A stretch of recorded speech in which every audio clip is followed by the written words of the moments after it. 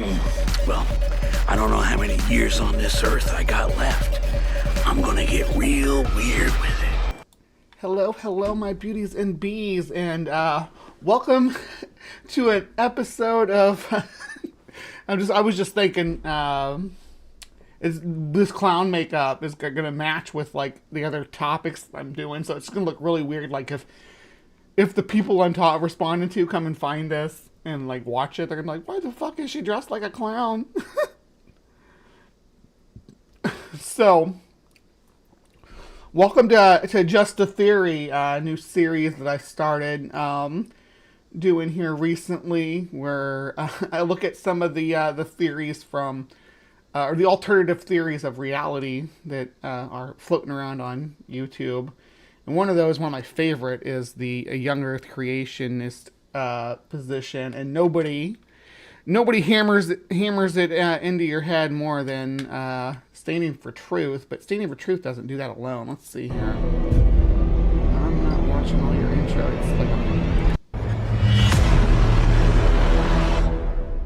It's not that long. It's only 20 seconds. I guess that's not that bad. Oh, there's more. There's more. Okay. Here's the first one, and I think it's a good question to ask because it is kind of a hot topic, maybe a controversial one currently in the world of young Earth creation. Did any of the dinosaurs, specifically one that you pointed to, John, in your presentation, such as Velociraptor, have feathers? Actually, if I could add a little bit more details to that, I've heard many, some even in the young Earth creation camp, that would look to Sinosauropteryx, and they'll point to the fuzzy filaments that many would purport basically help that specific creature with warmth, but they would consider that a dinosaur with feathers. So what's a good response to that, gentlemen? Okay, Joe, you're much more qualified now to talk about feathers since you've talked to these guys directly, and perhaps Diane. So, Joe, take it away.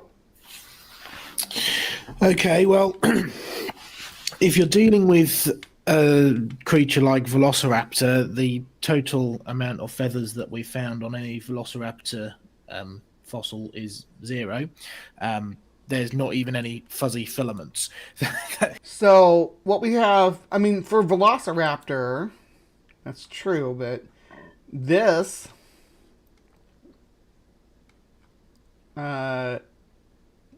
little cousin of Velociraptor called Xingyuan has plenty of feathers to go around, and it's like in the same, it would be in the same kind as these creationists would call it. It has plenty of feathers.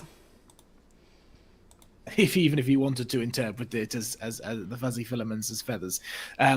So with Velociraptor, that's that, and it's also the same with many of the other sort of macro dinosaurs. So you'll find that there's a current trend to depict T-Rex kind of covered in downy feathers or fuzzy or something like that. And I first came across this big time when I was now when it comes to T-Rex and big dinosaurs like that, mega theropods, right? I don't suspect that you would see a lot of heavy feather coverage, just because the like large animals today, like elephants, rhinos, hippos, they don't tend to be very hairy because of the way that they have to expel heat from their body at that massive size. So it just wouldn't make sense for them to be totally covered with feathers. Now, might they have had some plumage here and there? Sure. I don't think that they would have been completely covered, though. I think that's pushing it. Listening to a lecture by a fairly now well-known paleontologist, although he wasn't as well known back then, and he'd just published a new book on the dinosaurs of the UK. Fabulous book, really well researched, and many of his depictions of the larger theropod dinosaurs in the likes of T-Rex and whatnot were covered in these downy feathers. And I asked him straight up, I said, as far as I'm aware, there's no fossil evidence of dinosaurs with these feathers. Am I missing something? Why have you depicted all these? He said, no, there aren't any fossil feathers on these larger dinosaurs, but we know that they evolved into birds, so we assume that they had them. No, that's not what we say. We say we know the ancestral clade for both them and birds had feathers. And when it comes to dromaeosaurs, we have a lot of info on feathers, just in general, especially the quill knob markings, and those exist on Velociraptor too. Velociraptor has quill knob markings on its forearms? You don't say. Come on, Joe, you know this. Come on, Joe. So you're really dealing with an assumption upon assumption there, and it does show you that. Isn't an assumption? Is it an assumption, or is it a study of morphology and the understanding? Even within your kinds,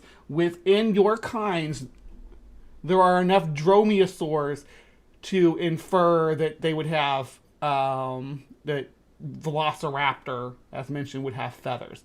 Like, think about it this way: if someone asks you, do cats have fur? And the only thing you had was a lion to go off of, and the rest of it was all just skeletons. Would you infer that the rest of the cats had fur? Now we can talk about how long a fur, where the fur would be, how the fur could be different, patterns on the fur. Like a lion, for instance, has a mane, but the American lion and the cave lion didn't have manes. They lived in the northern Europe and Asia and into North America. They didn't have manes, but we base that on like cave paintings, right? But say you didn't have that, right? Say all you had was a lion that you knew had a mane and a tuft on its tail and was covered with a short, tawny fur, right? You knew that, and then you were presented with the skeletons of a jaguar, a tiger, and a bobcat, right? And what you're saying here is that we can't look at the lion and say, because this lion has fur, these other cats have fur. You're saying no, we can't prove that. We can't even infer that they had a fur of any kind. We can't even imply that, yet alone speculate on where it could have been on their bodies, based on the line. Well, we can. Yeah, we might make a mistake and give a tiger a mane because we didn't know, but we were basing it on the lion, or might give a bobcat a tuft on the end of its tail or something, or short tawny fur. But what it comes down to is that we know that the clade had these features from its most basal forms. They can lose those features, like they can lose the feathers, but they're ancestrally they'll always have that characteristic, right? Like we lost our tail, but we're still primates. Most primates have tails, but the apes lost them. A couple other lineages did too. A couple of lineages of cats did too, but they're still cat kind. When they talk about how not a monkey because you don't have a tail, cats can have tails. Cats can not have tails. Been accused of being just saying. Having presuppositions or being biased, and yes, we do have presuppositions, and yes, we're biased, but then so does every single other scientist who's ever done any science, right? It's part of but the presupposition is based on evidence, though. Their presupposition is based on evidence. Your presupposition is based on mythology and folklore. I think he maybe does some geology too. But how can you be a geologist if you don't believe the Earth is... Breathe, Bree. Nature. But it does show you how determined some people are, how blind some people are, even in the midst of... Yeah, I'm sick of this, Donnie. It's false advertising. If you're going to tell me that you're standing for truth, I want to see you on your feet every single video. You hear me, sir? You should not be sitting in that chair. You should be standing for truth, like you told me you were going to when I clicked on the link. Literally lacking any evidence of feathers on these larger creatures. What about the quill knobs on the Velociraptor? Yes, there have been many purported dinosaur feathers that have been found, and these are usually put into two camps. So, for instance, number one, we have in our museum collection amber, some basically Cretaceous amber, right, on the realm of about 100 million years old to 100 and sort of 20 million years old, Okay. according to secular dates. And inside this amber, there Secular are dates. feathers, and they were provided to us. We acquired them as being dinosaur feathers. And of course, you ask, okay, well, how did you know it's dinosaur feathers? Because you look at them, and there are some ones that are sort of soft and downy, and there are also some which have the proper barbs, right? The proper barbules. They are fully formed flight feathers. And you look into, and you And both of those exist in modern AVs too. ask, well, how do we know, or how do people who purport them to be dinosaur feathers, what are they claiming about them that makes them dinosaur feathers?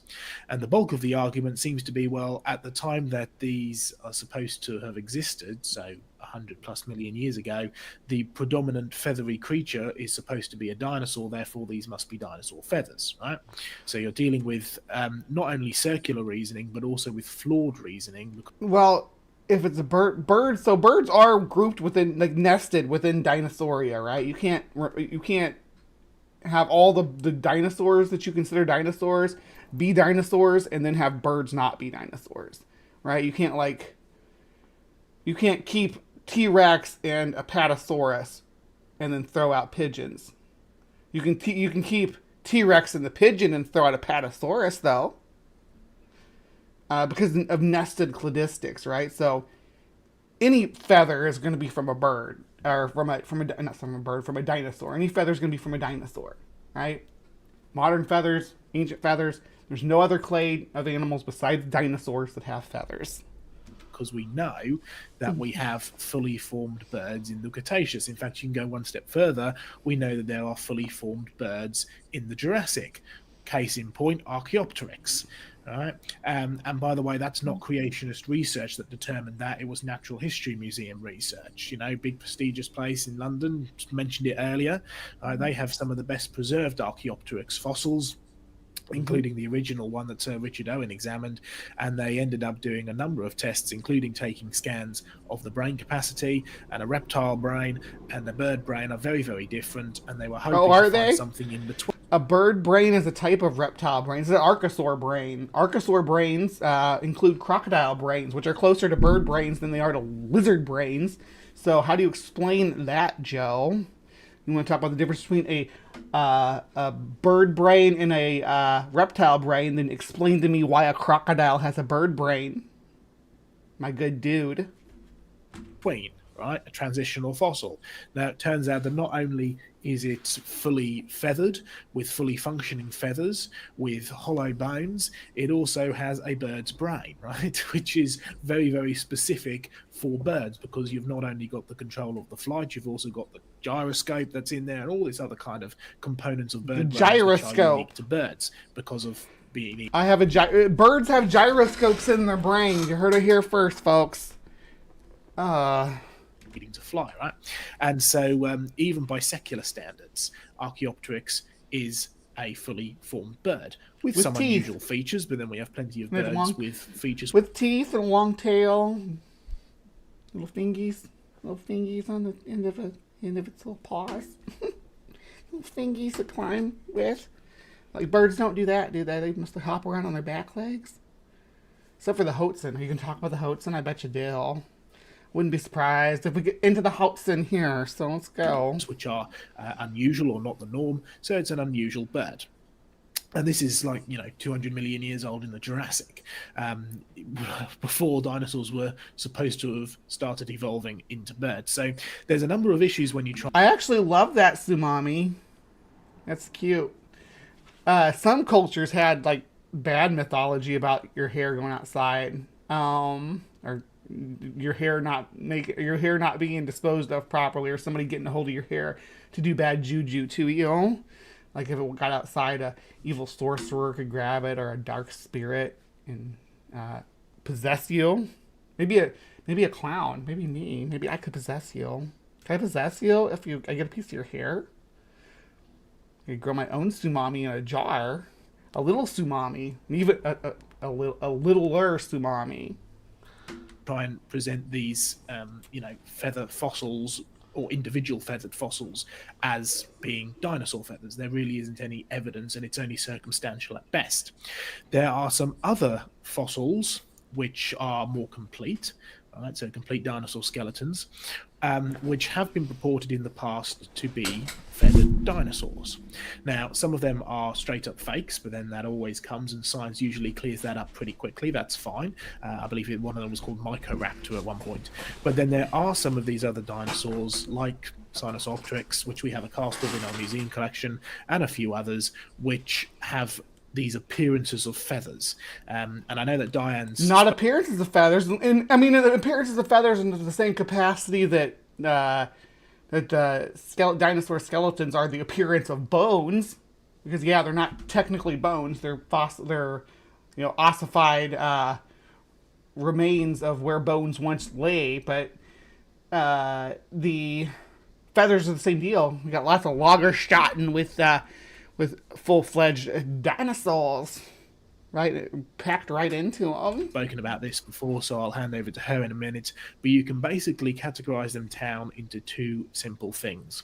Either they are hardly anything similar to feathers. So, I mean, all the feathers that we've found, including the ones in the fossil record and the ones in the amber, they are clearly feathers, right? They have the barbules. They are fully formed, fully functioning feathers. Yet you don't find this in the case of, like, Sinosautrix.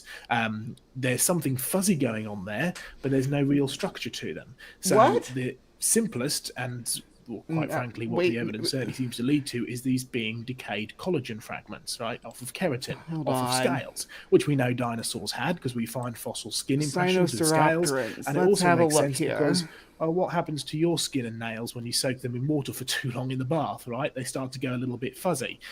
So it makes sense that if you have a creature that's been suspended in water for a long time, that's what would happen to it. And again, go back to the flood.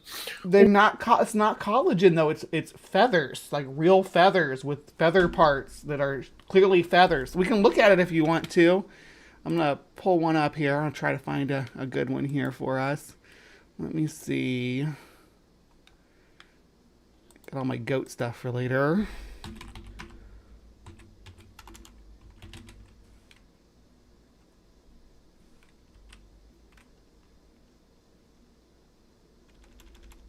What are they saying? Sinosauroptis?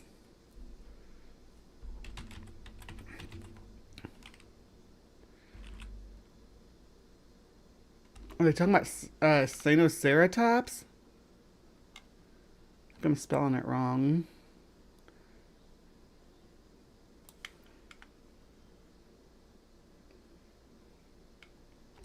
Let me rewind it and see what he says.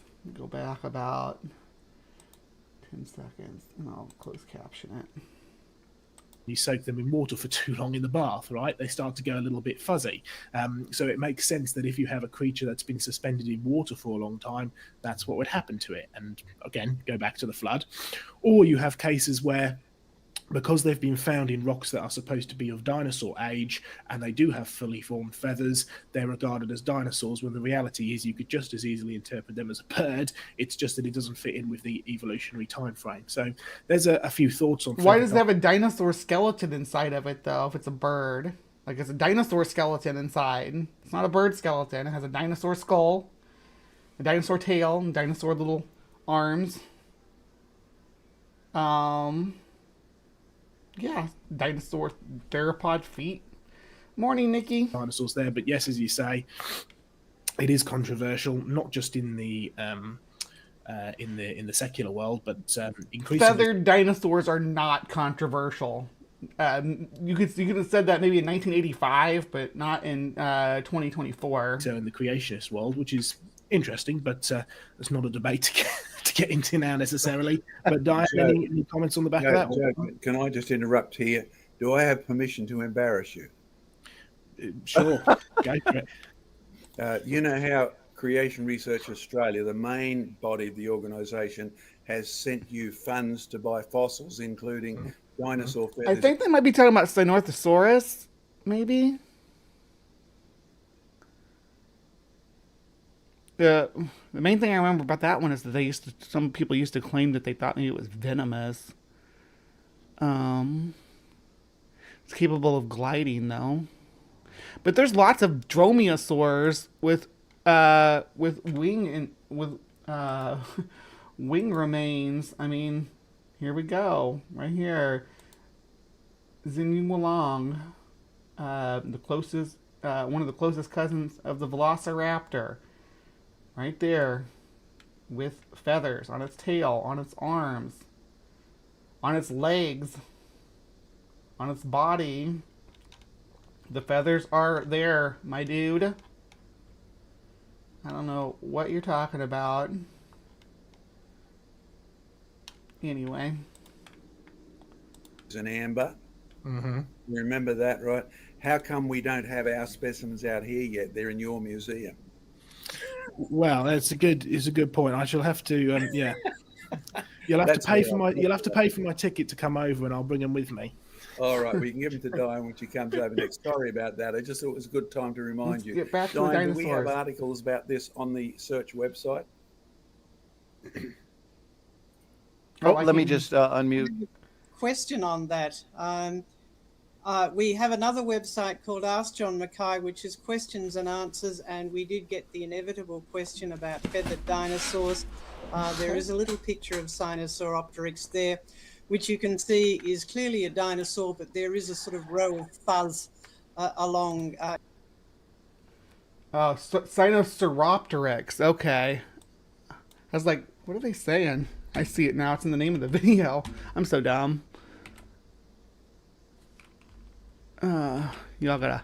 This is the one that they're saying is not.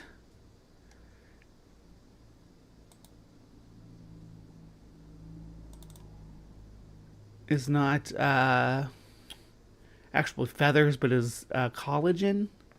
So let's have a look. Let's have a look. The Sinosauropteryx is the fuzzy striped-tailed guy that we didn't even know what color its tail was because we have such a good fossil of it. Let's see, open image and tab. There we go. All right, check this guy out. Look at that. You can see what they're talking about right here on the fossil, saying that that's not feathers. It's very clearly feathers. You know, it's down feathers, like modern birds have. So yeah, they definitely have what they say they don't. Its back. And if you have a look at that closely, and there are better pictures than the one that's on our website, it is just fuzz. It's just filaments. And even some of the evolutionists will admit that. A well-known paleontologist. That's what I just said. It's filaments, but that's feathers. That's what down feathers are. Who's an expert on birds, Alan Fiducia, wrote that these are not. Well, we made it a whole 9. We almost made it to the 10-minute mark without the mention of Alan Fiducia when we're talking about young Earth, creationists, and dinosaurs. Alan Fiducia does not think that Archaeopteryx was not a theropod, right? Alan Fiducia doesn't think that Velociraptor is a theropod. Or sorry, doesn't think the Velociraptor is a dinosaur, right? He thinks that theropods are their own separate thing. So, or dromaeosaurs at least are their own separate thing. I don't know where he is on the split there, but he definitely doesn't believe in a young Earth. That's for sure. Feathers, it's bits of flayed skin. In other words, decaying skin. Now, in your skin, underneath the outside layer, there is a sort of whole felt work of fibers which literally holds your skin together. So if you have an animal that's been drowned and in the water and starting to decay, those filaments do start to come apart. And then if it's buried rapidly, those filaments will be preserved. Their structure will be preserved. So in our question... So these two are kind of like at odds with each other, what Joe said and what Diana, what she's saying here about... She thinks it is feathery fuzz, and he said it was just collagen. So There, we just get you to think. We like to get people to think and just ask two questions. Are they really feathers? Now, where they have these actually attached to a skeleton, they are just filaments. The feathers, the things that are found as feathers, like the ones that are entrapped in amber, or sometimes as isolated feathers buried in the rocks, they are separate from the skeletons, and they are fully formed feathers. We have skeletons with feathers on them too that are fully formed. We have. You guys keep acting like all these dromaeosaurs that we have, the Microraptor and Zingulong and Archaeopteryx. You were willing to accept. We also have Sinorthosaurus. And yes, despite what you may claim here, Joe, we have Velociraptor even with the quill knob points, and Dakota Raptor even larger with those same quill knob evidence.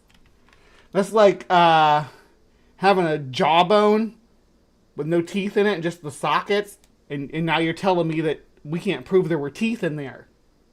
It's so weird where you guys plant your flags at, I swear. So, are they actually feathers when you find them attached to a dinosaur? And the answer is no. They are filamentous excrescences, and they can be accounted for by being buried and decayed. The other question you need to ask is the specimen actually a dinosaur? And the classic example, of course, is Archaeopteryx, which has been classified as a dinosaur, but it is What do you have to say about the quill knobs?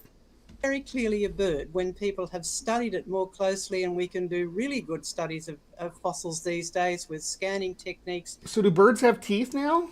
Is that the claim now from the Creationist Corner, that birds have teeth? I hadn't heard that one yet. See the internal structure, and we've written about this in the fact file. In fact, that one about Archaeopteryx having a bird brain, that one is there.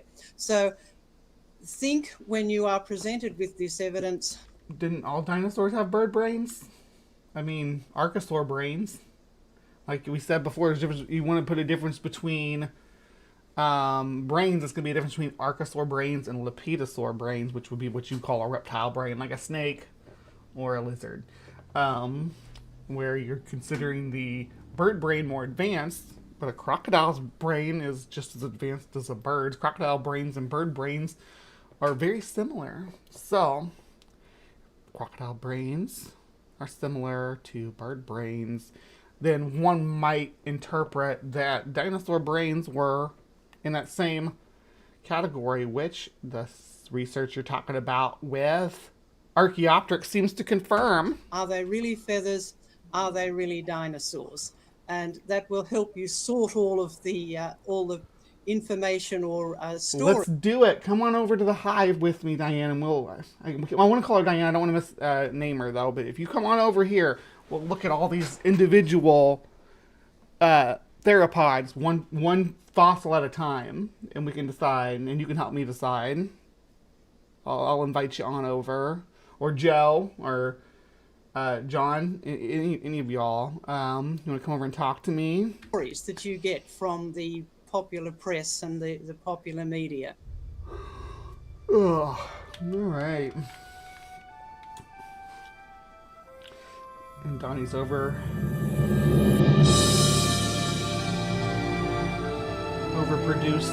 No, I don't want to say that. It doesn't look bad, Donnie. It looks good. It is a bit much, but I mean, I have my own intros and stuff, so I'm not trying to be too judgmental about it.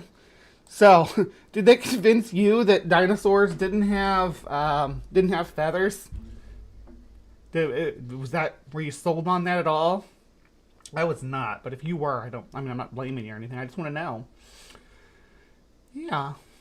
All right. So, I'm going to be ending just a theory right here with that question in mind, and appreciate each and every one of you for showing up and sticking around while we split feathers over dromaeosaurs. I'll see you next time. Well, I don't know how many years on this earth I got left. I'm gonna get real weird with it.